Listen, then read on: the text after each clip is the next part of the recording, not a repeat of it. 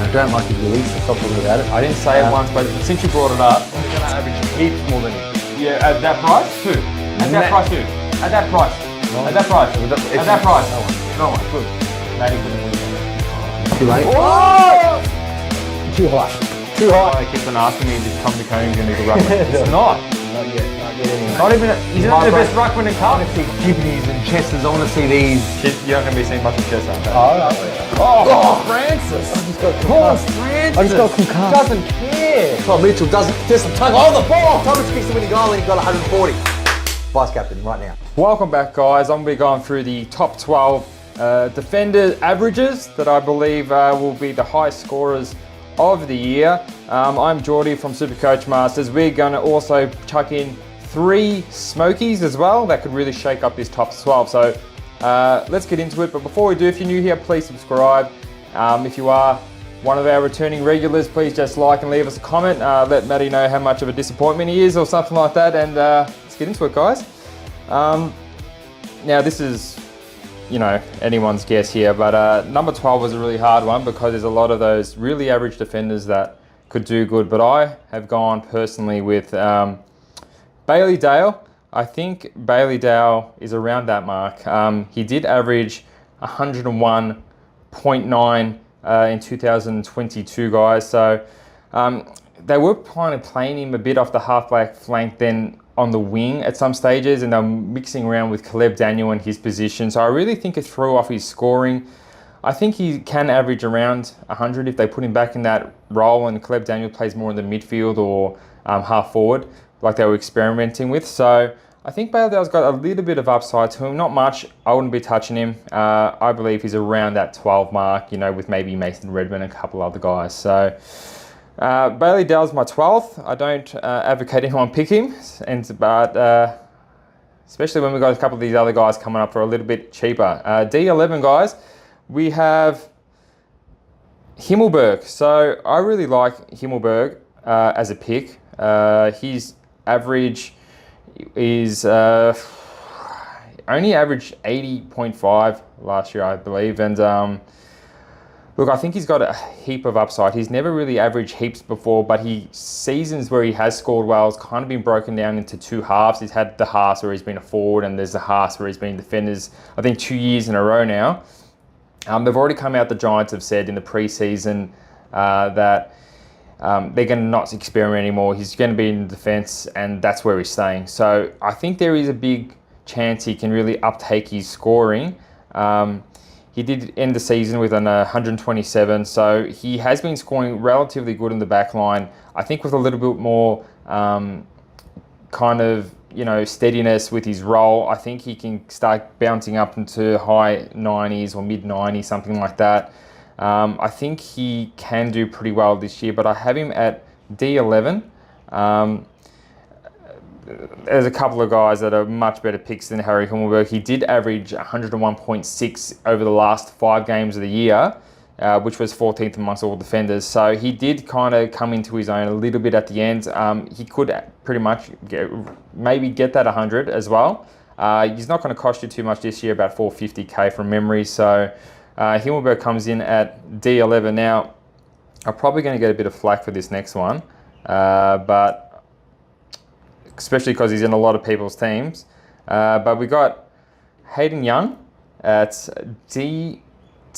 Now, everyone thinks he's, got that midfield role, and, he pretty much could be, but I was looking at a couple of his CBAs, and even in round 20, when he started going into the midfield more, he had the 3rd most CBAs of any Fremantle player in round 20 against Geelong for midfielders, and he only did score a 69. So I think everyone thinks he can be this, massive premium. I don't think he gets that 600k mark. I think he can score pretty well. I really do love his buy. So this order is not taking into consideration everyone's buys. It's just purely averages. So look, I think Hayden Young has potential to definitely increase his ceiling, that's for sure. But even in those last 4 games when he was pumping out a couple of tons in a row, he'd never got above 123. So his ceiling is a bit, not as high as some of the other options. I do like his midfield role, and I love his buy. So realistically, if you're not looking at just average, I think Hayden Young does make it up the list a bit more. I think he does have a lot more upside than some of these other guys. I really don't mind the pick, even though he's at 10, but some of these other guys only have like maybe 1 or 2 point averages difference, and with the bye, that could pump him up to maybe 6th or so. So Hayden Young isn't too bad of an option. Worth noting though, when he did start getting those midfield roles, there was a big reduction in other kind of players. Like Jago O'Meara only had 20% CBAs in those games. Are they going to persist with that? Maybe. Will Brodie wasn't in the team, who usually gets around the 60 to 70 mark as well. So Will Brodie's another one that can come in and play midfield time. Jago O'Meara didn't have much at all when Hayden Young was getting his. And also that Matthew Johnson, a bit more midfield time there. So I don't really know what it's going to look like. I would love to watch the Fremantle preseason and see exactly how much midfield time Young would be getting, and that would, kind of go a long way to seeing if he's going to be in my team. So do love the buy though. I don't think Young's a bad pick at all. Now D9, I got this guy, Luke Ryan. I'm going to say he really, really surprised me last year. He's only about, I think, 30 years old, and he did have his highest average season. I mean, he's only had one season where he's averaged less than 90 points, which is absolutely amazing. That was his first year ever. So his first year ever, he averaged 76 points, SuperCoach points, and the rest he has not averaged less than 90. So what he done last year with 109.4 average was absolutely insane. I just think 109 was his highest season ever, and he did play 23 games in 2023, and the year before he played 22, so it's a little bit more durable than people think.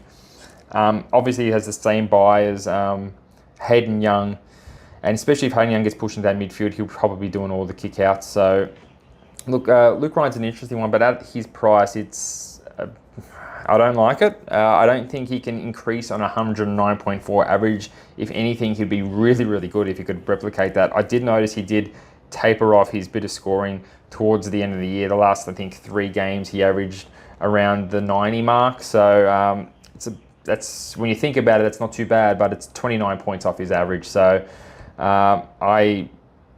that's bad math. 19 points off his average. So yeah, look, I think Luke Ryan's going to be an absolute pass for me. Some people out there spending the cash to grab him, go for it. I mean, he's never averaged less than 90 other than his first year, and he looks like he's a little bit more durable. So it's an interesting one there, Luke Ryan, but I got him sliding a little bit. And one of these guys who I got next coming up, who's going to overtake him, maybe, is Jordan Ridley. So everyone's priming Ridley for a big year.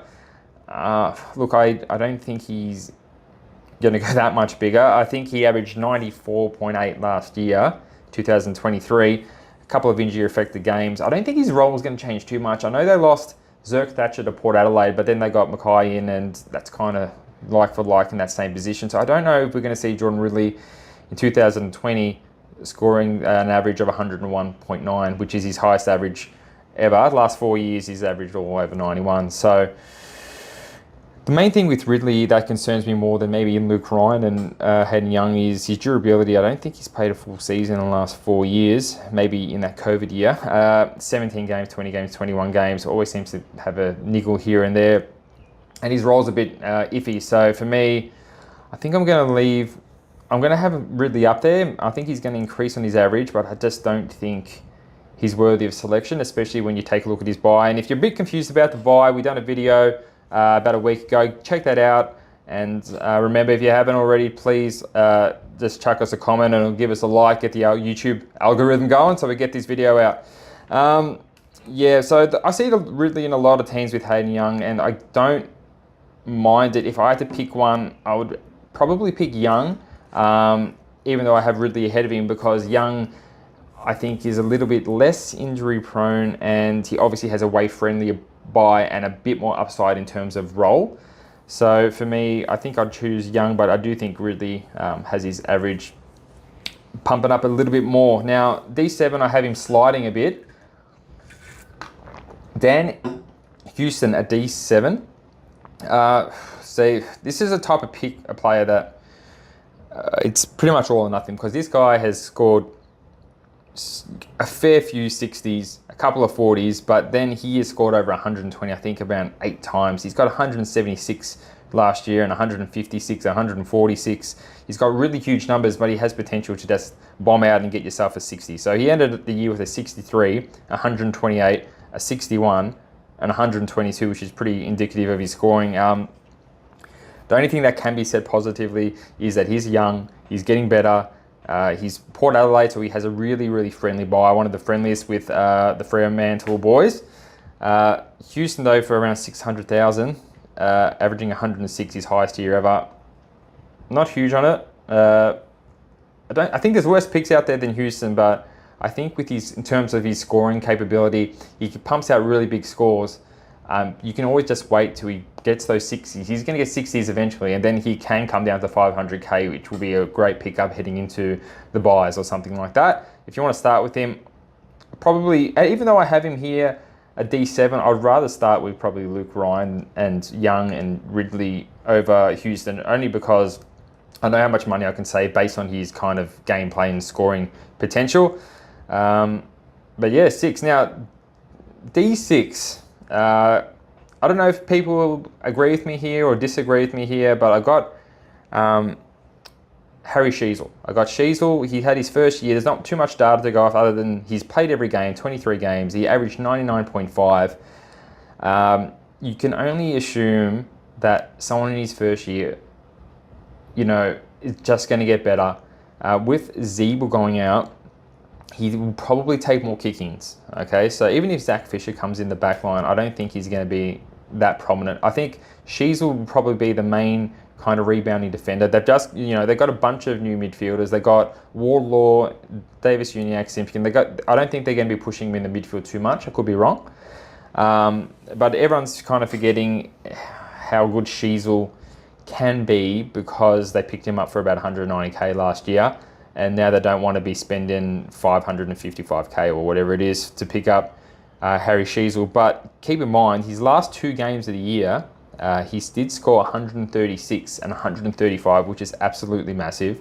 Obviously, Jack Zeeble did retire towards the end of the year and played less games, so his scoring kind of went up. I really like Sheezel. He does have a really friendly bye. I can't really see him going too much lower than 99.5. So even if he has a real shocking year, I don't think his average decreases that much unless there's a huge role change. I think he's a really safe pick. Safe, I say that now, but I think he's a really good pick. I got him at D6 for the year, and I think he's in my team at the moment. I think he could. He hasn't moved too much in my team, so I think Sheezel is a pretty good pick. Now, D5, I'm probably going to get a lot of pushback on this. This is a bit of a... I don't think many people would have him as D5, but I have, from Carlton, Nick Newman. Now, Nick Newman averaged 100 last year, or thereabouts, and he didn't look that great, except towards the end of the year. So I kind of think they started using Sard less as a rebounding defender, and Doherty's defence halfback role completely diminished. He played half forward, running into the midfield, and a bit of wing.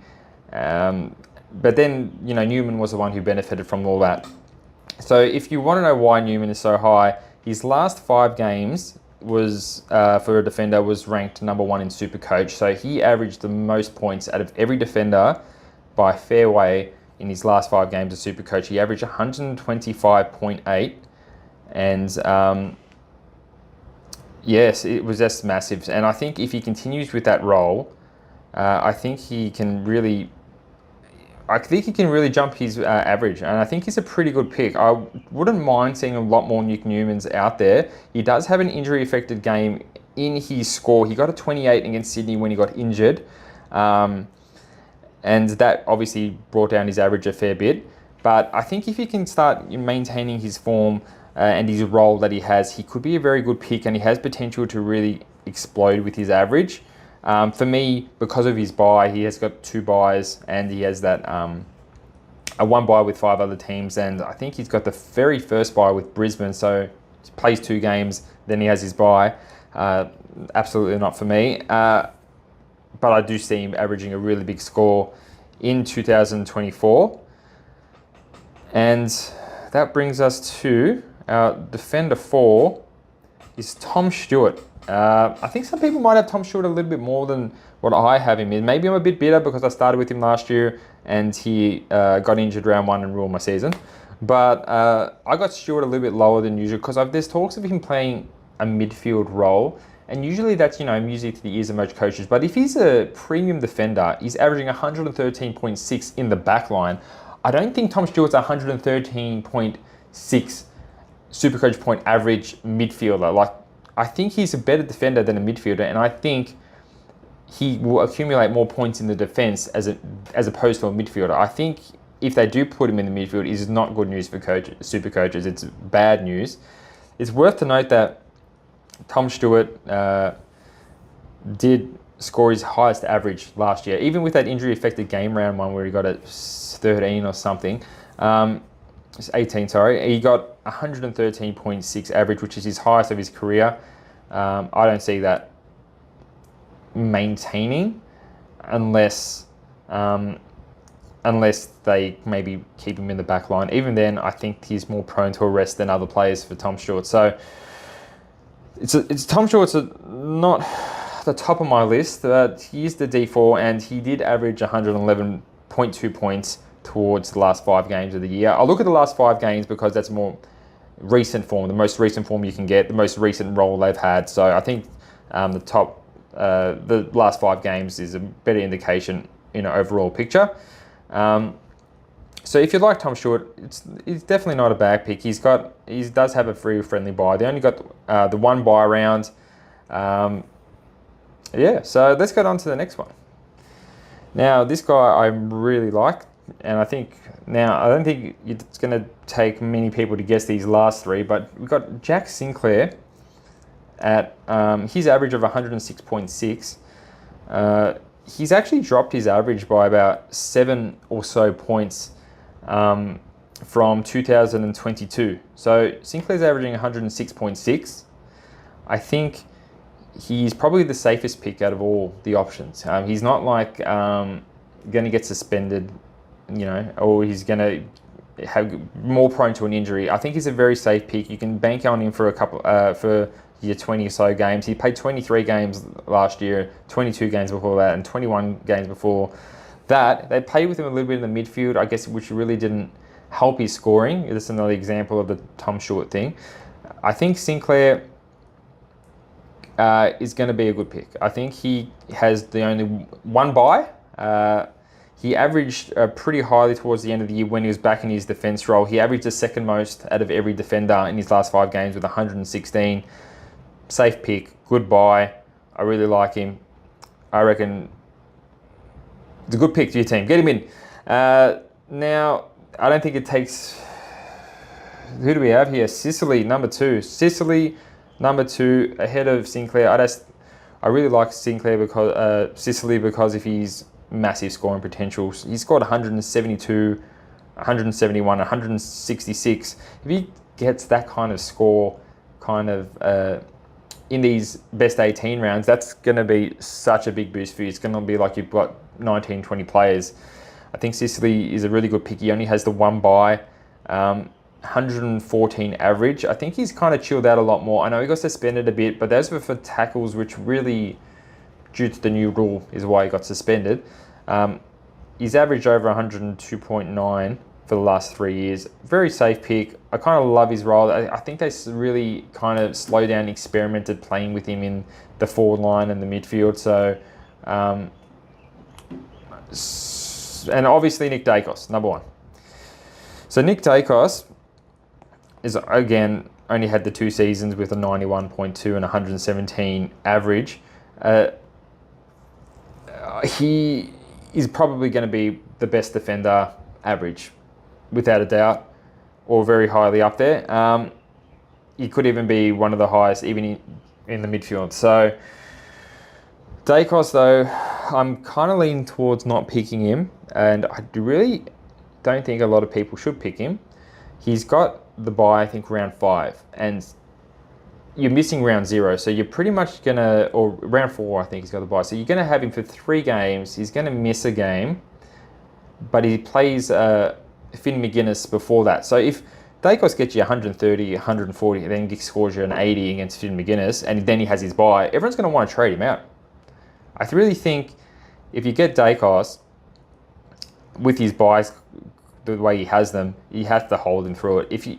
And with that Finn McGuinness, he did obviously score that really poor score against him. He got a 41 from memory. He got a 41, and in the preseason game against Hawthorn, he also scored pretty poorly against Finn McGuinness as well. There's no reason why Sam Mitchell wouldn't put Finn McGuinness against him again. Can he break the tag? Maybe, but if that's an 80 for Daicos, then he has his bye directly after that game. I think it's a really good opportunity to maybe miss Daicos, pick one of these Sicily, Sinclair, Stewart types, and maybe hopefully pick him up for a bit cheaper. Because I think a lot of people will be trading him out if he gets an 80 or a 90 and then he has his bye. So this is my 2 cents though. Pick your team accordingly. That's how I have it, guys. The top 12 defenders. Now, promised you 3 Smokies, and they are horrible, but I will give you 3 Smokies. So, these guys, I don't have them in the top 12, but I think should the role change or should they get a bit of a run, I think they can do a lot of damage being in the top 12, and they're going to be huge point of differences. So, let's start with the first one, which is Jaden Short, Smoky 3. Now, Jaden Short has averaged 98.6, 98.7, 98.3 in his last 3 years as Supercoach. Everyone probably thought he had a really shocking year last year. He actually averaged pretty well, almost 100 points. So I really like Jaden Short. If the coach, I think it's Uze, I don't even know who the coach is, puts Jaden Short in a more halfback flank role. If he goes back into that defense role, he's an amazing scorer and he will score great. If he's more a couple of midfield minutes, a couple of wing minutes, I think he's a horrible pick. So he could be a very one to watch if you want to smoke him, because if he plays that defense role, I think he can score really huge. He's a really great rebounding defender. I hate him as a midfielder though. That's all I'll say about Jaden. Lockie Whitfield is Smoky too. Aren't we sick about hearing about Whitfield? He has done so many coaches over the years. So Lockie Whitfield, Smoky too. They really stopped playing around with his position, which is good. They stopped so much where they let him have the halfback flank, and they put Isaac Cumming on the wing, even though Isaac Cumming is a horrible winger, and he's more of a halfback flanker. They wanted Lockie Whitfield to have all that space in the back line, and they're not going to move him from there. So if he keeps his body right, he could go berserk again. He has averaged over 111.2 before, as we all know, and even 104.5. So he does really have a high ceiling. But as I said, he's injury prone and he's already burnt so many coaches so many times. But he's just one that you could maybe possibly see up there in the future. He did finish the 9th highest defender in terms of average in the last 5 games, where he averaged 104.6. So he was trending in the right direction towards the end of the year. But yeah, he would take a lot of courage to pick him. Now, my last one, speaking of courage, Alex Witherden. Now, this is going to take a lot of courage to pick this guy, because he's shown that he can score massive. The ball is always in West Coast's backline. Now, Shannon Hearner's retired now, and Shannon Hearner's always had such a huge Supercoach pie in the defence of West Coast. He's always done huge kickouts. He scored really, really well. Always was in the top 6 defenders, even though he missed a fair bit of games. And Witherden played his first full season last year. Okay, so everyone thought maybe he missed a lot of games. He actually played 22 games last year. He did miss that one game against Melbourne in round 4. But other than that, he played all through the year. So at least he's cemented his spot as a permanent player in West Coast's defence. Now that Shannon Hearner's gone, he could get all these kickouts and start scoring well. But as I said, this is in terms of smokiness. Witherden is definitely number 1 in terms of that. So that's my order, guys. Well, how do you have your order? Is there anything you don't agree with? I guarantee there will be, because no one's top 12 is going to look exactly the same. If I missed anyone, please let me know. And then if you made it to the end, thank you. Please do subscribe and like. I'll be going through the midfielders as well, and the defenders. I just went through the defenders and the rucks. All right, so thanks heaps, guys. See you on the next one. Cheers.